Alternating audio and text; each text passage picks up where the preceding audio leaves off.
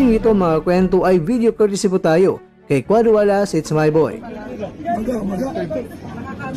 Ito yung unang suntok. Yung parang nadulas siya. Late na yung ano niya eh, yung impact niya eh. Parang late na yung ramdam niya. Binibidyo ni Kuya. Oo, ito. Pahawak po. Grabe yung kamay ko yan, no? Ang daming ano, no? Di ba? Namaga kinabukasan. Na yung kamay, guys, ha? Grabe, ang daming... Yung sa akin, ganyan din yung ano ko, eh. Kamao ko dati, kaso lang, uminto na ako, yan.